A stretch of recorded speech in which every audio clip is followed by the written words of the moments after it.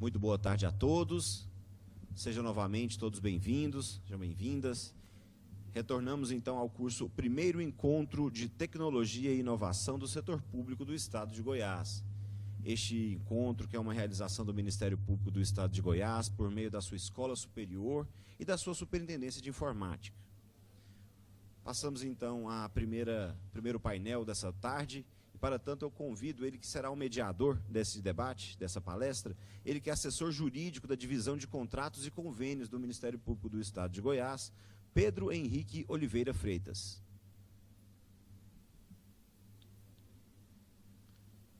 Convido também para ocupar o seu lugar aqui à frente, ele que será o palestrante deste primeiro bloco da tarde, o Henriques Moreira Turíbio.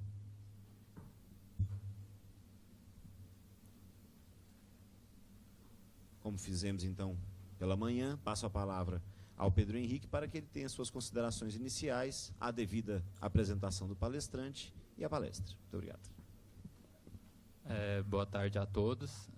Alguns já me conhecem aqui, colegas de MP, outros de outros órgãos. Muito prazer. Estou aqui como assessor jurídico, né, trazendo um pouco do direito e do jurídico para esse evento de informática. E passar a palavra aqui para o Henriques Moreira Turíbio, graduado em Ciência da Computação pela Faculdade Objetivo, graduando em Direito pela Universidade Federal de Goiás, né? Por pouco não fomos colegas, e auditor de controle externo da área finalística de informática do Tribunal de Contas do município do Estado de Goiás. Boa tarde a todos, agradecer a presença de cada um. Nesse evento, que é um evento muito importante para a nossa área aqui no Estado, né? É o primeiro encontro e espero que outros como esse ocorram a cada ano. Então, pessoal, o Tribunal trouxe para esse evento uma apresentação de um trabalho que a gente tem desenvolvido no âmbito do Tribunal de Contas. A gente trabalha com a fiscalização orçamentária, financeira, operacional dos municípios do Estado.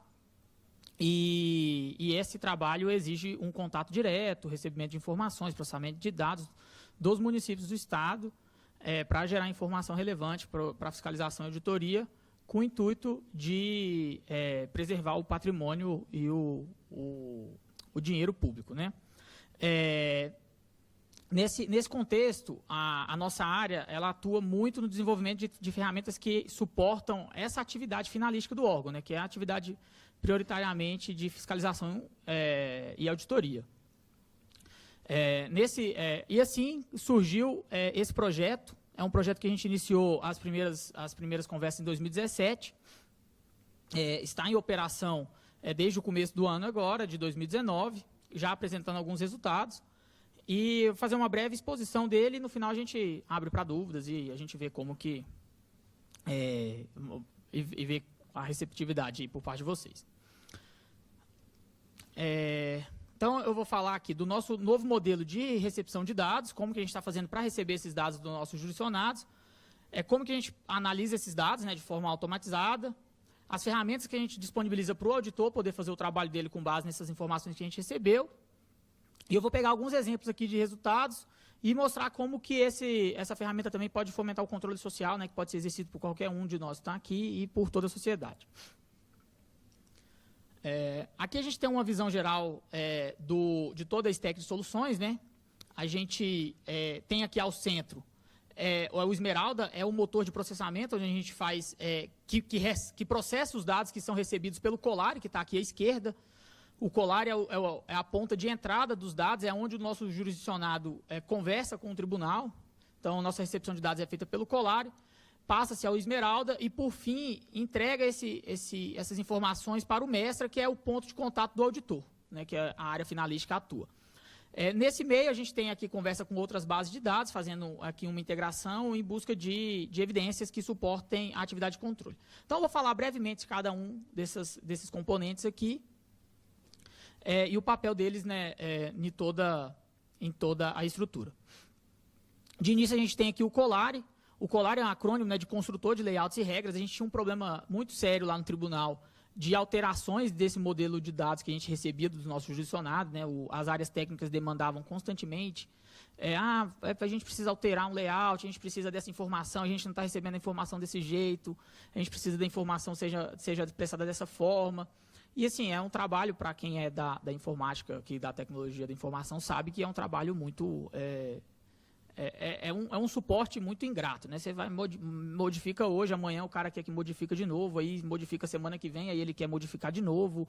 E essa modificação, às vezes, ou amplia o volume de dados que a gente está recebendo, e isso prejudica o consumo, ou então gera novas necessidades de consumo de dados. Então, assim, era um trabalho muito ingrato que a gente fazia. E o Colari surgiu nesse contexto. A gente precisa, pelo menos, desafogar um pouco a informática nessa questão de construir layout de recebimento de dados, porque a gente não tem como ficar dando suporte e evoluindo essa prestação de contas que, no final das contas, a nosso ver, muda muito pouco, né? Porque eu recebo X informação, agora eu recebo X mais Y, e o consumo sobre isso continua lá da mesma forma, estática e tal. Então, a gente queria um pouco sair dessa manutenção sem fim e ter tempo para pensar em outras coisas e entregar um produto de mais valor. Então, começou com isso e, a partir dele, a gente pôde tentar construir um produto que realmente agrega mais valor. Mas a gente manteve o nome é Construtor de Layouts e Regras, e o papel do Colari ficou bem definido na solução de recebimento de dados, né? E a plataforma, como um todo, ela é composta por diversos outros sistemas, inclusive outros sistemas da suíte Colari e o robô Esmeralda, por exemplo. Algumas características de destaque aqui do Colari que a gente destaca. A construção e a manutenção de layouts e regras ela é feita de forma dinâmica. Então, assim, o uso da ferramenta é que vai construir o modelo de dados que vai ser recebido pelo jurisdicionado. Então, a gente não tem que ficar codificando isso, a gente não tem um analista lá, um engenheiro desenhando como que esse modelo de dados vai ser recebido pela ferramenta, né? Isso é feito pela interação, o uso da ferramenta. A partir dessa interação, os outros sistemas da plataforma eles já geram os canais de comunicação que permite a comunicação, a integração de sistemas. Então, eu tenho hoje dentro do Colari, eu desenho o modelo de dados que eu quero receber e automaticamente os endpoints para uma comunicação REST já é gerado para receber os dados naquela estrutura. A validação já é aplicada nesse layout também. Eu vou falar um pouco mais à frente, a gente tem diversas etapas de validação, né? Mas tudo é feito de forma dinâmica, né? Os endpoints são criados automaticamente. Automaticamente também é criada a documentação desse canal de integração. Então, a gente não precisa também ficar dando manutenção na documentação, que era um outro problema que a gente tinha, né? Os layouts eram alterados, a estrutura de dados que a gente recebia era alterada, e, além disso, tinha a manutenção da documentação daquela estrutura. E, às vezes, quando não acontecia da documentação ficar deficiente, não acompanhar a evolução que a gente tinha no modelo de dados, né? Agora, isso tudo é feito de forma automática, né? A gente utiliza certificados Digital ICP Brasil em toda a cadeia de envio de dados, então a gente confere segurança jurídica para essas informações que a gente está recebendo, que era uma outra alegação de fragilidade dos dados que a gente recebia. Havia muita discussão no tribunal, mas o dado que a gente recebe num TXT, pode ser alterado, isso pode ser falado até em sede do processo, que a gente gera o relatório e coloca isso no processo, e ele pode falar que isso não foi a informação que ele mandou. A gente tinha um problema do não repúdio, né? Mas com o certificado agora a gente não tem mais essa discussão acontecendo lá no âmbito do tribunal. E a gente tem a identificação dos usuários também integrada com uma outra ferramenta, então a gente faz todo o controle de acesso, permissão, com base nessa outra ferramenta e que também não demanda mais a TI para fazer nenhuma atividade desse nível. Porque a gente tem que pensar, nós temos 246 municípios no estado e todos esses municípios possuem diversos agentes que interagem com o tribunal. Então, a gente tinha lá no tribunal um setor para poder gerenciar essas permissões, essas pessoas. A pessoa que está se informando como presidente da comissão de licitação do município de Posse, ela é mesmo o presidente da comissão do município de Posse, então a gente eliminou essa atividade. Agora a gente tem a ferramenta que, já integrada com a base de dados da Receita Federal e com o TRE, a gente consegue validar, o prefeito é essa pessoa, está se identificando no sistema com certificado digital, a gente sabe que ele é o prefeito, e agora ele indica as pessoas que vão fazer parte da administração dele, inclusive o presidente da comissão de licitações. Se ele quiser fazer uso de um procurador para fazer isso, ele também tem essa opção na ferramenta, né? Não precisa fazer ele mesmo, muito menos ceder o certificado dele para outra pessoa fazê-lo, né? E isso desonera o tribunal de ficar fazendo essa validação. Quem diz quem é o presidente da comissão de licitação do município de Poços não é o tribunal, né? Quem diz é a própria prefeitura. Então, a gente exonera isso do tribunal e deixa isso por conta da prefeitura. Então, tá. Aqui na construção de regras, a gente também define, junto aos layouts, as regras que são aplicadas durante a transmissão de dados. A construção de regras ela também é construída dentro da ferramenta. Então, a gente tem lá uma sandbox, onde a gente inclui um script ou a linguagem de programação. Hoje a gente usa Groove nessa caixa, nessa sandbox, para desenvolver a regra que vai ser aplicada no momento da transmissão. E a gente armazena isso no banco de dados e no momento do processamento, essa regra ela é trazida para o contexto e os dados são processados com base nessa regra. Eu vou fazer uma demonstração adiante. Nós temos 3 categorias de regras aqui, quando a gente fala de regras dentro do área, né? A gente tem aqui as regras, né, em sentido amplo, e abaixo delas nós temos as regras de integridade, que a gente, junto com as regras de recepção, com elas a gente objetiva garantir a qualidade do dado que está sendo enviado. Então, ela atua ali no momento da transmissão. E na outra ponta a gente tem os pontos de controle, que também são vinculados lá no layout, junto no momento do cadastramento do modelo de dados que a gente vai receber. E ela atua no momento da fiscalização. Então, após a persistência dos dados, após o dado chegar no tribunal, após a gente receber esses dados, a gente processa esses pontos de controle. Eu coloquei aqui alguma demonstração, são prints, né, porque eu não sabia aqui da interatividade, como é que esse trabalho é realizado. Então, aqui a gente tem, dentro do colar aqui, a gente tem algumas opções, eu vou direto aqui para a parte de construção do layout, né? A gente tem essa opção de construir layout, aqui é onde a gente define as estruturas que nós vamos receber. Essas estruturas, elas já têm algumas características aqui que são vinculadas a ela mesma, né? Que é, por exemplo, a vigência, não sei se a vigência não está disponível aqui, não estou enxergando. A gente tem um período de vigência que fica disponível aqui, a gente tem a situação, se a gente está recebendo, se esse layout está disponível para publicação ou não. A qual prestação de contas ele está vinculado, porque a gente faz uma estrutura, né, uma hierarquia, então a gente tem uma prestação de contas com diversos modelos de dados vinculados a essas prestações de contas.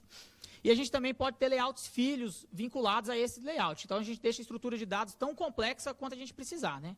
Se a gente precisar de arrays de objetos, dentro de um objeto a gente vai criar. Se a gente precisar de quantos campos forem necessários, a gente vai inserir esses campos aqui dentro do layout. Isso tudo aqui na ferramenta, né? Através das opções, a gente vai tendo acesso às funcionalidades do sistema. Isso aqui é uma listagem de campos que a gente vinculou no layout. Aqui a gente tem, resumidamente, algumas propriedades desse campo, como o tipo de dado, a obrigatoriedade, o atributo de obrigatoriedade ou não, se ele compõe a chave. E junto ao campo, a gente consegue definir algumas regras de integridade. Então, aqui a gente define o atributo de obrigatoriedade, o intervalo mínimo e máximo, se ele existir. A gente também pode definir alguns padrões aqui que já são disponíveis dentro da ferramenta, porque isso tudo é para facilitar o trabalho da área que está responsável pela construção do layout, né? Aqui nos padrões, por exemplo, a gente pode definir se esse campo ele vai ser um campo do tipo arquivo. E nesse campo do tipo arquivo, a gente vai receber uma informação referente a um arquivo que ele enviou para um endpoint próprio de arquivos. A gente também pode definir nesse tipo, se é um campo de data, então a gente só vai aceitar uma data válida. Resumindo, aqui a gente consegue ampliar o escopo das regras de integridade que a gente pode vincular a um determinado campo. A gente também pode vincular uma enumeração, né, tornar esse campo um campo enumerado, então a gente associa uma tabela de domínio a esse campo. E toda essa estrutura aqui, ela vai montar depois, ela vai integrar depois o JSON esquema que vai fazer a validação dos dados quando a gente for receber, no momento do recebimento, né? Aqui também, como eu falei, a gente tem a construção das regras, né? Essa aqui é uma listagem de regras que está vinculada a um determinado layout. E aqui a gente pode inserir novas regras ou dar manutenção nessas regras quando for necessário. A gente não precisa abrir a IDE, a gente faz por aqui mesmo, a gente tem uma ferramenta de teste aqui da regra, a gente utiliza os dados dados de exemplo para fazer essas validações. Então, tudo a gente consegue fazer por aqui.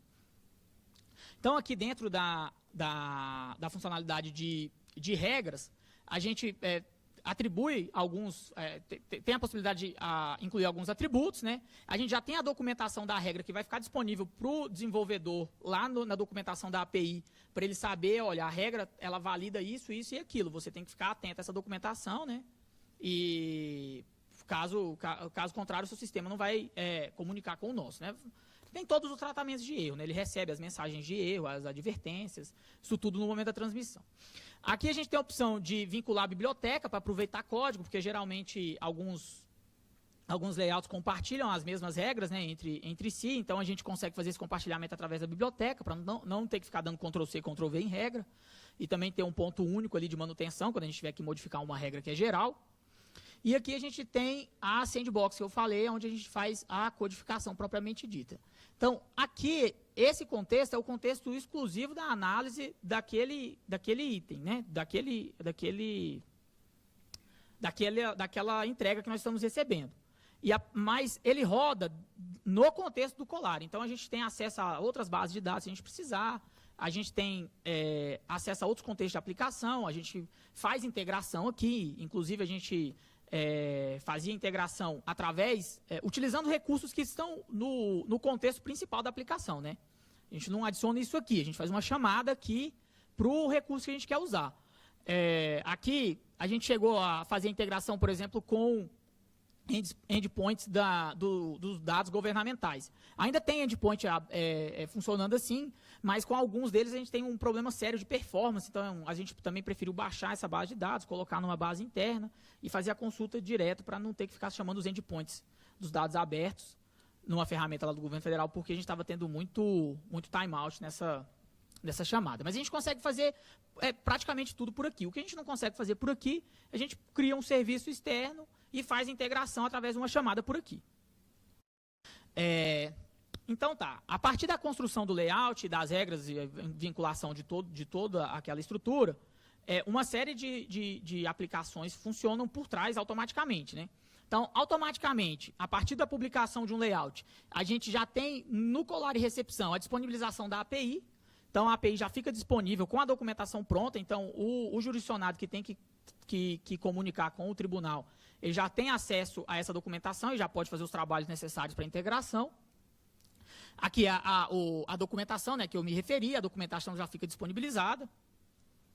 E a gente também tem o Colari Envios, onde nesse campo de licitações e contratos, ele funciona como uma alternativa ao modelo de API, porque a gente trabalha com uma realidade de 246 municípios espalhados por todo o estado, e muitos municípios são bastante precários na atuação do dia a dia ali da administração. Então, durante o desenvolvimento do projeto, foi pensado e foi tido isso como um requisito de que o novo modelo deveria permitir também a inserção de dados manual. Então, frente a esse desafio, a gente desenvolveu esse sistema que funciona como uma alternativa à API e que gera dinamicamente os formulários que vão receber os dados daquela estrutura. Então, se eu alterei a estrutura lá no Colari, esse campo aqui agora, esse layout agora tem mais 10 campos. Automaticamente, no momento da publicação, sem nenhuma linha de código a mais desenvolvida, o formulário aqui também é alterado. Então, quem for utilizar aqui agora já vai ter acesso ao novo formulário. E aqui também é feita a gestão de envios. Então, se ele quiser editar, excluir, se ele quiser assinar, homologar esses envios, isso tudo é feito por essa ferramenta.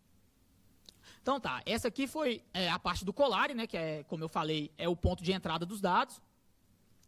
E uma vez que os dados são recebidos, uma vez que a gente construiu o layout, disponibilizou isso, o jurisdicionado conseguiu fazer a integração ou fez o envio pela forma manual, esses dados são recepcionados no tribunal e são entregues ao Esmeralda, que é quem vai fazer uma análise e que tem mais a ver agora com o ponto central da fala, né? O Esmeralda, então, agora de posse desses dados, vai fazer uma análise para tentar obter informações relevantes para apresentar para a equipe de auditoria. Então, o Esmeralda é um sistema que processa de forma automatizada os pontos de controle sobre os dados que são recebidos pelo Colari, né? Aqui a gente tem Uma vantagem é que esse processamento é feito sobre a totalidade dos dados que a gente recebe, né? Antigamente, no nosso modelo anterior de recebimento de dados, apenas uma pequena parte, cerca de 2% de tudo que a gente recebia, tinha algum nível de fiscalização, algum nível de contato. Por mais simplório que fosse essa análise, apenas 2% tinha algum nível de fiscalização. Agora a gente tem pontos de controle que são aplicáveis automaticamente a todos os dados, né? Só para destacar, né, que esses pontos de controle aqui, eles são construídos com a mesma sistemática lá das regras, né, que eu demonstrei. Então, é vinculado ao layout, dentro da construção, durante a construção do layout, né.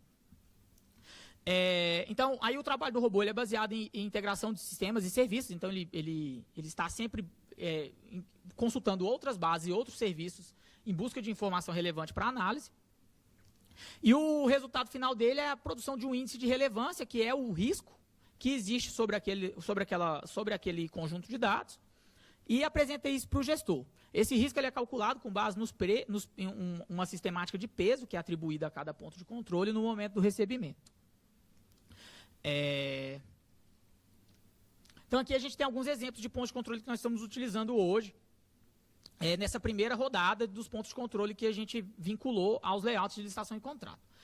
Então, a gente verifica a validade de documentos informados. Então, assim, a gente com o nosso acesso integrado à base da Receita, a gente verifica o CPF e CNPJ para verificar data de nascimento, a validade, se aquele documento existe mesmo ou não, né, existência de óbito, porte da empresa, quando é um CNPJ, e a gente usa essa informação para gerar informação relevante também para a equipe de auditoria. Então, a gente busca sanções administrativas, e isso a gente faz tanto nas sanções administrativas que são aplicadas pelo tribunal, como na base de dados externas. A gente consulta o Serviço do Governo Federal, que eu citei agorinha. A gente faz uma busca para verificar se existe sanção administrativa, uma imputação de impedimento de licitar, proibição de contratar com a administração pública. Então, isso já é um ponto de controle também que a gente que o Esmeralda está validando. Verifica se há indício de fracionamento de despesa, quando é o caso de ocorrer fracionamento de despesa, então ele faz essa verificação também automática. Verifica a existência de possível conflito de interesse entre os responsáveis pelo processamento da licitação. Então, ele busca, por exemplo, situação se o contratado ou o sócio daquelas empresas contratadas possuem vínculo com a administração, né, que a priori não é uma irregularidade em si, mas é apenas um eventual conflito de interesse que pode ser verificado pela equipe de auditoria. Verifica se os requisitos legais foram obedecidos, né, para aquela quando é uma licitação ou quando é uma dispensa. Então, ela tem uma série de requisitos legais, e esses requisitos legais a gente transformou eles todos em pontos de controle para verificar se eles são atendidos. Verifica a adequação dos preços homologados em busca de suspeita de sobrepreço ou oferta de valor inexequível. Então, a gente hoje tem um banco de preços com base nessas informações que a gente está recebendo, e a gente consegue ver se os preços informados são adequados àqueles produtos. A gente também verifica com a licitação informada se o valor de referência está adequado ao valor que foi contratado. E a gente também verifica, outro exemplo aqui é uma verificação da adequação do valor do contrato ao porte da empresa, né?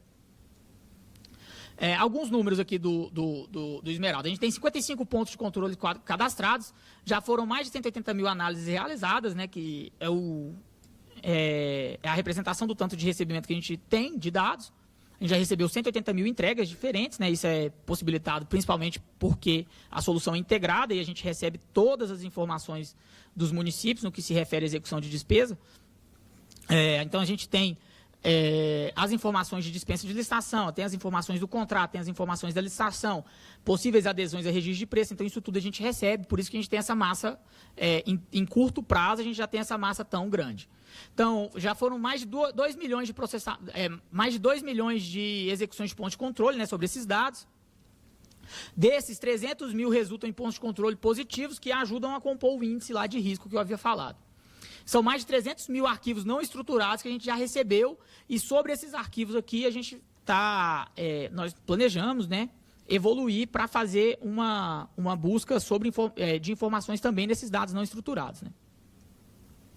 Então, esse aqui é o trabalho do Esmeralda, e aqui na outra ponta, comunicando com o auditor, né, entregando as informações para o auditor, a gente tem o Mestra. Então, aqui no Mestra, os auditores eles têm acesso à crítica e podem obter relatório, eles podem fazer crítica, obter acesso ao relatório desses pontos de controle executado. Tem dashboards, informações e relatórios ali sobre esses dados. Ele gerencia o fluxo de atividade de fiscalização pré-processual. Então, assim, antes daquela atividade virar um processo dentro do tribunal, o auditor tem um trabalho pré-processual que ele pode executar aqui na ferramenta. Faz o controle da distribuição das atividades entre os servidores e a gente está trabalhando na integração com o processo eletrônico. Então, a partir daqui, feito o trabalho pré-processual, esse sistema, o Mestra já vai automaticamente, já vai estar integrado com o processo eletrônico para que, a partir dele, possa ser aberto um processo. Então, aqui algumas telas alguns painéis que a gente disponibiliza dentro do Mestra, né? Esse painel aqui, eu acredito que ele é dessa semana, a gente tinha 188 mil entregas. Isso aqui é uma visão geral da ferramenta, né? Os municípios estão fazendo as entregas, aqui uma distribuição por municípios.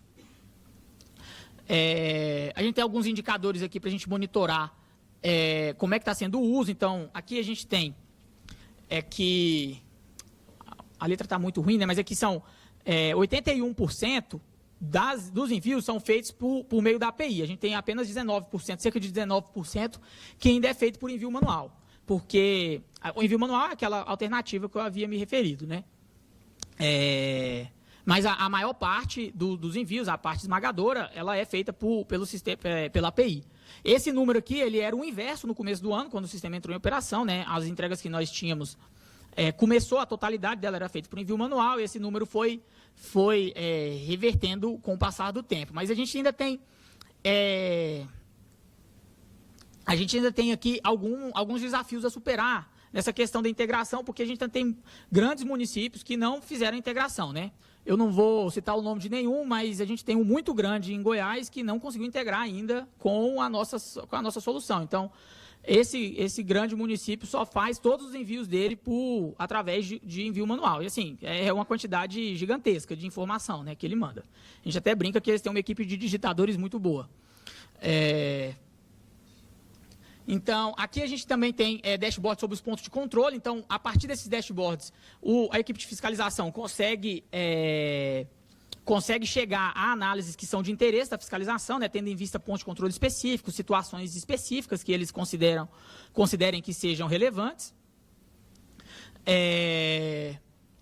Aqui a gente tem uma tela de acesso às análises. Aqui no canto a gente tem o índice de relevância que é produzido o índice de risco que é produzido pela ferramenta. Então, o auditor pode se basear por esse indicador para determinar se ele vai atuar naquele objeto ou não.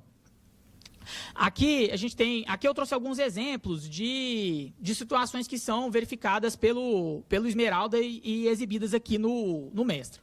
Então, aqui no exemplo 1, eu tenho um caso de uma dispensa de licitação. A gente vê aqui que o meio de publicação dessa dispensa é o placar da prefeitura. Então, assim, essa dispensa não teve um meio de publicação mais efetivo. Então, a gente não tem como fazer uma busca ativa dessa informação ainda, né?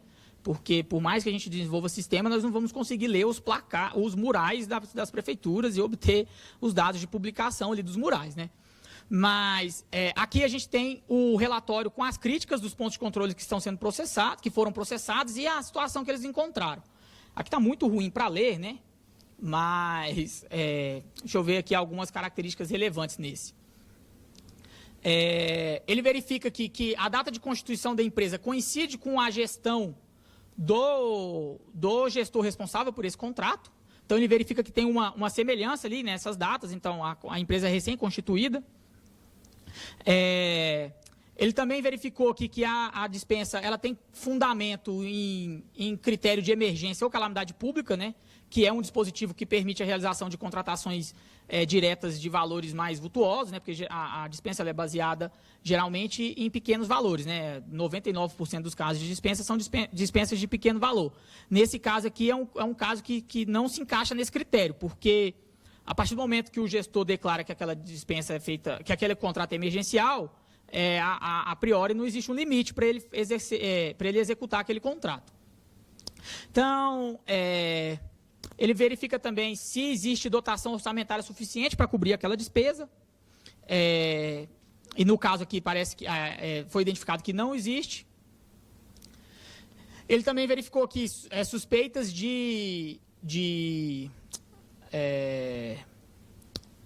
oh, meu Deus. Suspeita de critério de risco entre a pessoa contratada e a administração.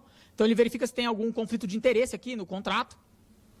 E nesse caso aqui, ele identificou, ele traz aqui uma mensagem, né? O Esmeralda, ele traz aqui uma informação para uso da auditoria. Eu tampei aqui para critérios de... Não exibi o nome da pessoa, né? Mas ele identifica aqui que a pessoa, que aqui no caso é o sócio da empresa, né? Ele também consta como servidor no município que realizou a contratação, e ele é servidor no cargo de assessor especial 4, ou seja, ele ocupa um cargo comissionado no município do qual a empresa que ele é sócio foi contratada por dispensa de licitação. Aqui é a questão da data, né? Ele verificou que a empresa também é recém-constituída e coincide com o início da gestão do gestor. Aqui a gente tem um segundo exemplo. Esse caso aqui é um caso de uma licitação. E os pontos de controle que verificaram aqui são a data de constituição da empresa coincide com a gestão com o início da gestão do gestor daquele município. Esse contratado sofreu uma sanção administrativa, e a gente obteve esse dado lá no portal, nos dados abertos do governo federal. Então, é uma sanção que foi aplicada por algum ente, provavelmente algum ente federal, ou então algum ente de outro estado que comunicou isso para os órgãos centrais. Além desse impedimento, um dos sócios também está impedido de contratar, com uma sanção administrativa aplicada pelo próprio tribunal. O valor informado, aqui, o valor do resultado é superior ao valor de referência informado na licitação para a abertura do procedimento. E aqui o dado está atrasado, o envio foi atrasado, e verifica se os responsáveis possuem imputação de débito. E quem está processando a licitação naquele município já teve débito imputado pelo tribunal. Então, em decorrência de algum processo de fiscalização, foi identificado que houve desvios, né, nas atribuições do gestor responsável, e aqueles desvios ocasionaram imputação de débito, mas mesmo assim ele continua atuando no município e processando licitação que tem aquelas outras irregularidades, né? Então, aqui eu acho que é o exemplo da imputação esse caso aqui é o caso da sanção administrativa. Ele fala que a pessoa X aqui foi aplicado até janeiro de 2020. Aí ele fala que o ente... Aí aplicou a seguinte sanção administrativa: impedimento, lei do pregão, fundamento legal e tal. Então, ele traz aqui qual foi a sanção que foi aplicada para o órgão, né? A gente tem aqui um terceiro exemplo, que é uma dispensa por valor. Então, esse aqui já é aquele caso de pequeno valor, né? E ele identificou que a dispensa ultrapassou o limite de valor. Então, assim, ele justifica o valor da dispensa para fazer uma dispensa, e ele ultrapassa o limite do valor para fazer a dispensa, o limite máximo, né?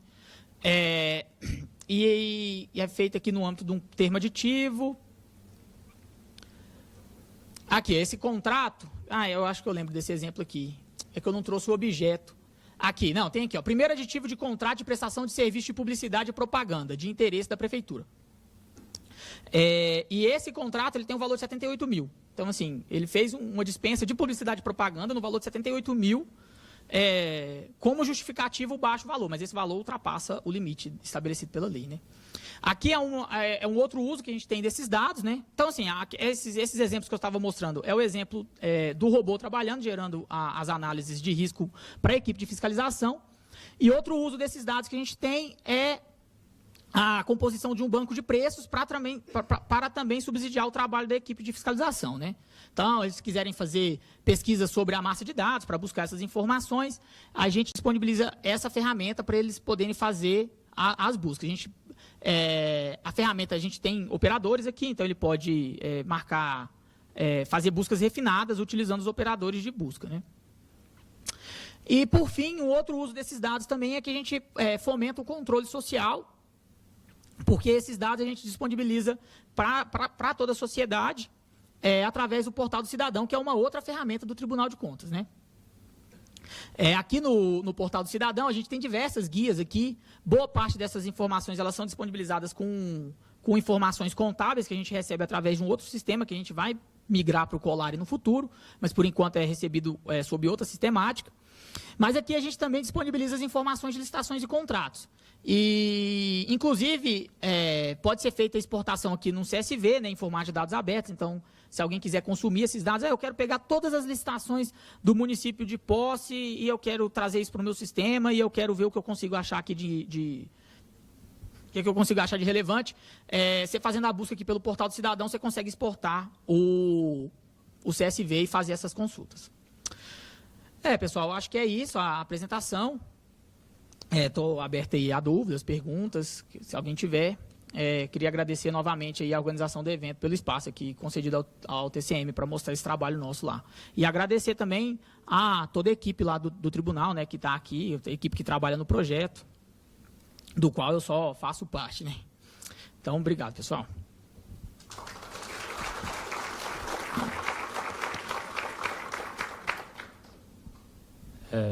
Muito obrigado, Henriques.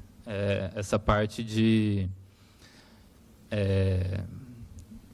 controle, assim, essa ferramenta que vocês têm de ligar o jurisdicionado ao órgão de controle em si, né? Eu acho que é o primeiro passo.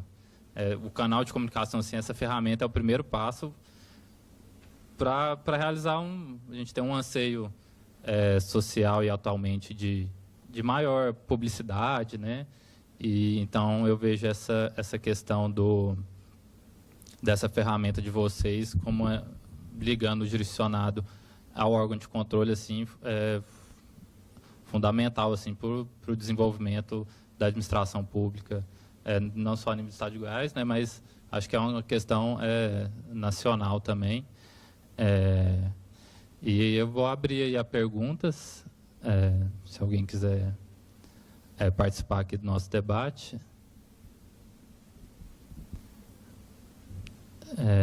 Eu separei alguns questionamentos aqui também, mas se alguém tiver alguma questão, só chamar e levantar a mão que a gente vai até você.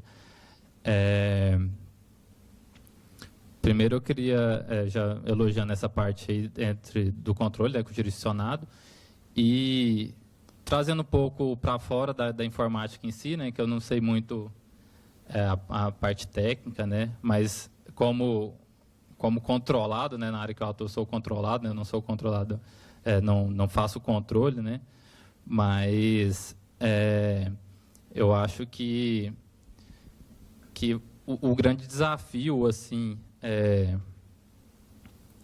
para o desenvolvimento dessa ferramenta, até queria que você falasse um pouco sobre o futuro mesmo dessa ferramenta, os desafios que vocês estão esperando, as ampliações que vocês tendem a fazer. Igual você falou, os municípios, tem 246 municípios, a ferramenta é recente ainda, né, só em 2017, não é isso? E tem municípios de todos os tamanhos, de todas as realidades, todas as estruturas, né? E às vezes é difícil da gente ir lá buscar essa informação, igual você falou que tem o pessoal lá no painel, no mural ainda da prefeitura, né, faz essa publicidade dos contratos, das licitações. Então, queria que você falasse dos desafios aí do futuro que você espera aí para essa ferramenta e para outros possíveis sistemas, a atuação do TCM. Inconsciente também os jurisdicionados a lançar essas informações, a utilizar a ferramenta, né? Que eu acho que pelo pouco tempo que você falou já é grande sucesso, né? 81%, né, dos municípios exatamente. Então, queria que você falasse um pouquinho dos desafios aí do futuro dessa ferramenta. Certo. Assim, na verdade, a ferramenta, em 2017, nós iniciamos as primeiras discussões do projeto, né? A ferramenta mesmo entrou em produção, a gente está recebendo os dados dos jurisdicionados a partir desse ano, né? No começo do ano. A gente teve nossos primeiros envios ali recebidos a partir da API, né? Ou a partir do envio manual. E com o passar do tempo isso foi invertendo. Hoje a gente tem 81% de todos os dados que recebeu feito pela API, mas são 96% dos municípios que já fizeram algum tipo de envio para o Colário. E assim, a gente tem, os desafios são diversos, né? A gente tem um desafio, um dos desafios principais é conscientizar todos os participantes, né? Todos os participantes do projeto, que o projeto, esse projeto beneficia o trabalho tanto de quem é controlado como o trabalho de quem é o controlador, né? Então a gente ainda tem, às vezes até dentro do próprio tribunal, um certo receio sobre o potencial da ferramenta. Às vezes a gente pensa que a gente poderia caminhar mais com mais colaboração das áreas técnicas que exercem a fiscalização, né? Por exemplo, esses 8 municípios, eu não sei, eu estou falando aqui às vezes até de forma injusta, mas assim, eu não sei quais as medidas já foram adotadas por parte das áreas técnicas para exigir o cumprimento desses dados, né? Até onde eu sei, esses municípios haviam sido apenas notificados, tinham sido apenas notificados do não cumprimento da obrigação, né? Mas assim, o tribunal tem outros meios para agir, para exigir que a ferramenta se consolide e chegue nos 100%, né? Porque hoje ainda faltam 8 municípios. Os desafios também são os desafios tecnológicos, eles se impõem, né? A gente tem uma restrição na nossa equipe, uma restrição numérica. A nossa equipe é muito enxuta. Eu acredito que nós somos o único órgão de controle de Goiás que não tem nenhum contrato de terceirização de software. Então, tudo que foi exibido aqui é produzido internamente por servidores do tribunal, né? Não, a gente não tem uma fábrica, a gente não tem nenhum contrato, nem de consultoria. A gente adotou o Elasticsearch para fazer essa busca, para mapear esses dados que a gente recebe, para montar aqueles dashboards. A gente não contratou uma consultoria que nos desse o suporte. Não, para implantar o Elasticsearch vamos seguir por esse caminho, vamos seguir por esse outro. A gente teve que fazer isso internamente, através da equipe técnica do tribunal. Então, assim, não é equipe cedida, não é contratada, são servidores do tribunal, e a equipe é uma equipe enxuta, até pelo porte do tribunal, né? O tribunal em si já é um tribunal pequeno. Então, assim, os desafios eles são diversos, mas a gente tenta, na medida do possível, superar os desafios, tentando agregar na ferramenta tudo que a gente espera que a gente consiga fazer, né? Planejamento a gente tem muito, só aqui na parte de licitações e contratos, a gente tem uma série de requisitos ou de possibilidades de melhoria que a gente vê disponíveis para serem aplicadas, mas a gente não pôde dar continuidade nesse projeto. Agora, na parte de licitações e contratos, ele vai se manter da forma como está, obtendo os benefícios que ele puder obter, porque agora a mesma equipe que estava envolvida nesse projeto tem que ser deslocada para o projeto do Colar e atos de pessoal. Então, a partir desse ano, 2020, a gente vai ter que desenvolver uma sistemática parecida para receber agora as informações de pessoal dos municípios. E o licitações e contratos que a gente caminhou até aqui, e que tem muito para caminhar ainda, ele vai ficar de stand-by por um tempo. Então, esse é um outro desafio que está muito ligado também, né, com a equipe enxuta que eu havia falado. Então, assim, os desafios são inúmeros, mas a gente tenta não nos prender muito pelos desafios, não. Apesar de que eles estão sempre no radar, né? Essa questão que você falou da equipe enxuta, né, do tribunal, acho que é uma realidade, acho que em diversos órgãos, essa questão que, por exemplo, trazendo uma experiência nossa aqui do Ministério Público, não muito tempo atrás a gente imprimia relatórios de todos os contratos publicados em determinado mês. Então, todo mês a gente ia e entregava um relatório aí de 100, 150 páginas ou mais, ia lá no TCE, no caso, né? E todo mês entregava esse relatório com as informações, e imagino que para o TCE processar aquelas informações ali também era um trabalho imenso, né? Então, eu queria, só para a gente finalizar aqui, que você falasse dessa ferramenta como trazendo eficiência para o dia a dia ali do TCM, para essa equipe do TCM de auditores, por exemplo, que você falou, que esse sistema, ele, no exemplo que eu citei, ele vai mastigar essa informação aí, né, com a integração entre o Colar e o Mestra, né? E para o trabalho lá do auditor em si, que às vezes, com o mesmo número de auditores aí, vamos supor, 10 auditores, conseguem analisar muito mais informação e realizar o serviço de forma muito mais eficiente do que com essa ferramenta. Eu acredito assim, queria que você falasse sobre isso, né, de como aumentou a eficiência do serviço do auditor, se já teve impactos no serviço do auditor em si. Então, se o auditor consegue auditar mais processos, mais licitações, como que ficou a eficiência do TCM e do papel do auditor com a implantação desse sistema, desde que foi implantado até aqui, né? Então, aqui a gente tem uma questão um pouquinho mais complicada, né? Mas, assim, de início, a gente já tem uma diminuição considerável de deslocamentos de jurisdicionados para o órgão, porque isso não estou falando de muito tempo, não, até antes da ferramenta mesmo. Uma denúncia de irregularidade, uma notícia de fato que fosse levada ao tribunal, às vezes exigia do jurisdicionado deslocamento para o tribunal para levar uma cópia física dos processos ou das partes do processo que interessa para a fiscalização. E assim, a gente às vezes fala de processos gigantescos que eles sozinhos ocupam uma viagem no carrinho, um carrinho gigante que fica andando lá no tribunal, empurrando o processo para um lado e para o outro, que a gente está hoje no tribunal implantando o processo eletrônico, mas ele ainda não avançou em todas as matérias, né? Então, assim, esses processos físicos, eles ainda existem lá no tribunal e tal, e são processos bastante volumosos e que são dispendiosos, tanto do ponto de vista do tribunal, né, de gerir isso, como também do jurisdicionado, que tem que deslocar até o tribunal para ter acesso, para entregar os dados desse processo, tem que consultar informações desse processo.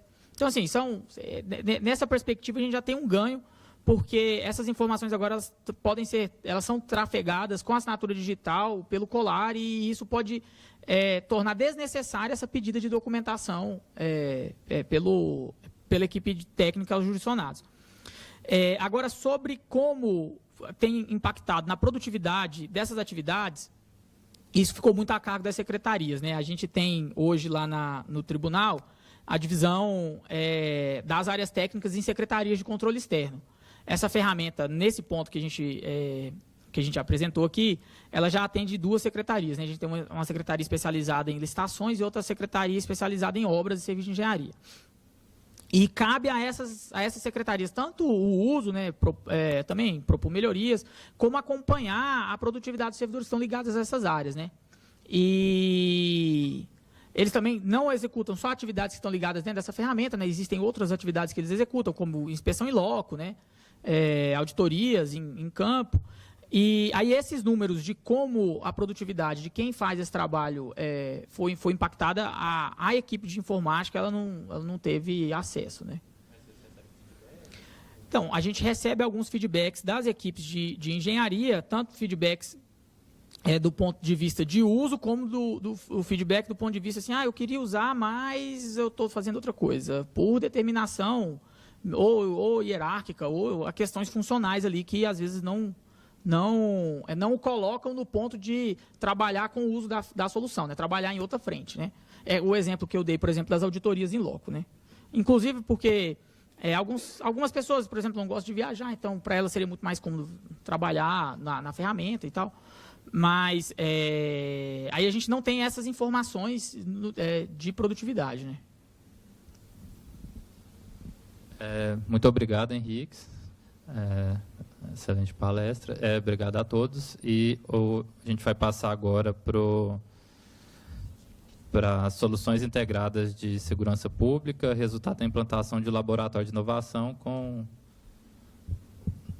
o Thiago. Muito obrigado, como o Thiago vai então. anunciar. Muito obrigado, agradeço pela exposição, Henriques, ao Pedro Henrique também pela mediação, pelas dúvidas tiradas, pelas perguntas. Desfaço essa mesa neste momento. Pedro Henrique, você pode entregar o certificado de participação ao Henriques. Recebe agora da mão do mediador da mesa.